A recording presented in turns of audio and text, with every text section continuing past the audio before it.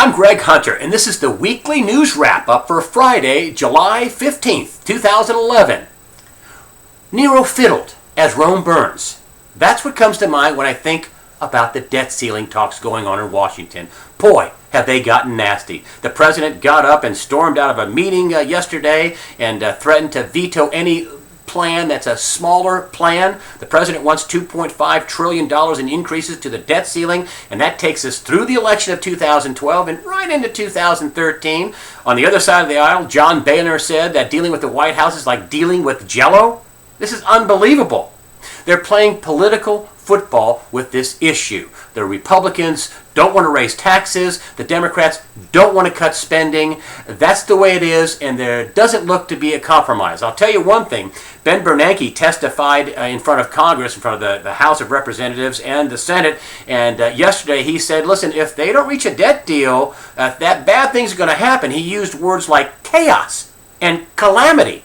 Now, I'm not a fan of predictions made by Ben Bernanke, but this is one where I think he's right on the money, and Bill Gross, Bond King, backs him up on this. Now, what could happen if they don't get a debt deal? Well, people around the globe could start selling their dollar assets, treasuries in dollars. There's $12 trillion held outside the United States. Interest rates could spike, inflation would go up, it could turn into hyperinflation, bad things could happen. I think seniors will get their Social Security checks. What I think seniors should be worried about is how much those checks will buy.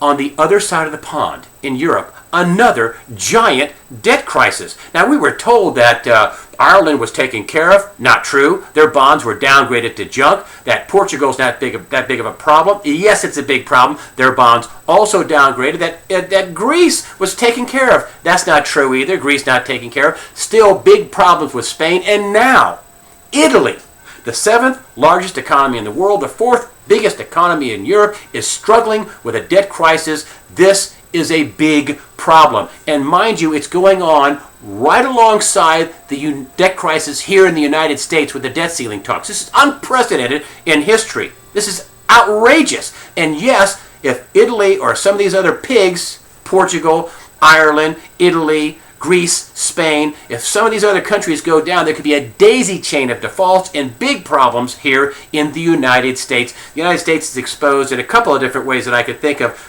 Credit default swaps, insurance on this debt. Our banks are exposed. Also, listen, about 12 of the Federal Reserve banks that are primary dealers of treasuries are European banks. Don't think for 1 minute this won't affect the United States. It will.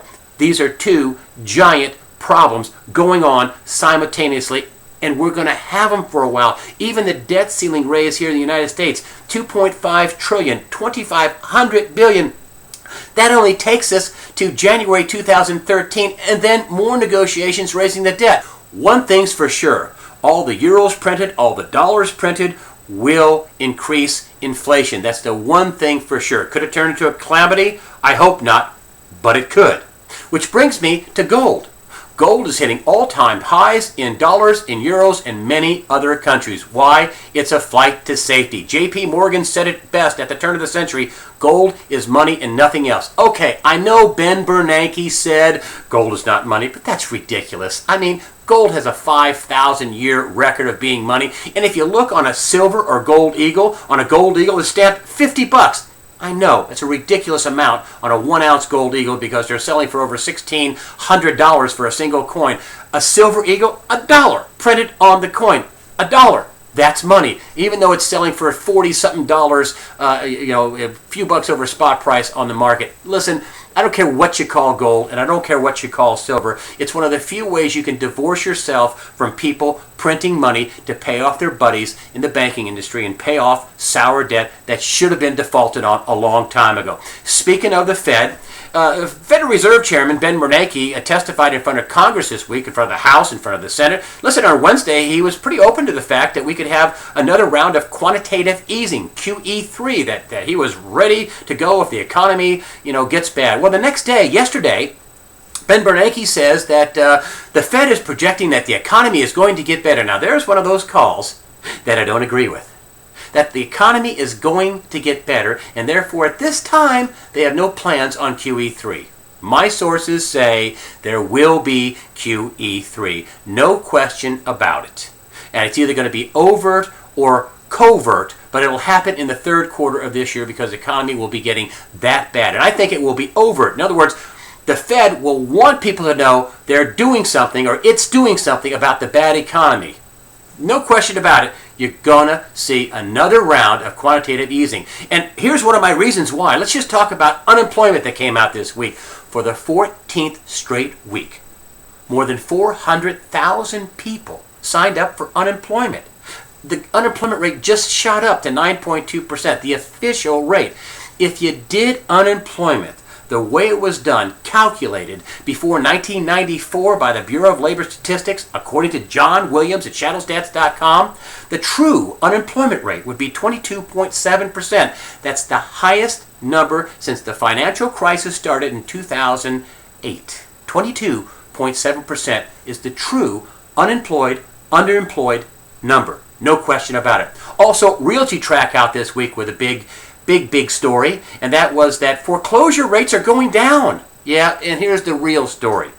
Foreclosure rates are going down just because the banks aren't foreclosing on as many properties because they don't want to sink the real estate market even more. They're hoping it'll get better. So they've slowed down their foreclosure rate, and it's so bad that RealtyTrack says this could push an additional 1 million foreclosures into 2012. Also, RealtyTrack says, now you thought I was bearish?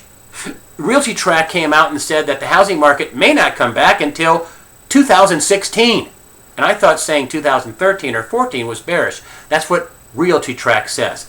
And finally, the Rupert Murdoch story, with News Corp and the hacking into cell phones by reporters allegedly to get information on stories. It's a terrible thing to do. You shouldn't be doing that. It's horrible. But given what's going on in the world, this is not that big of a story. It doesn't affect most Americans. It doesn't affect most Europeans. Like Rupert Murdoch or not, he's going to die a very rich man. Empire, it was a big special on Empire Under Attack. He's going to still have an empire.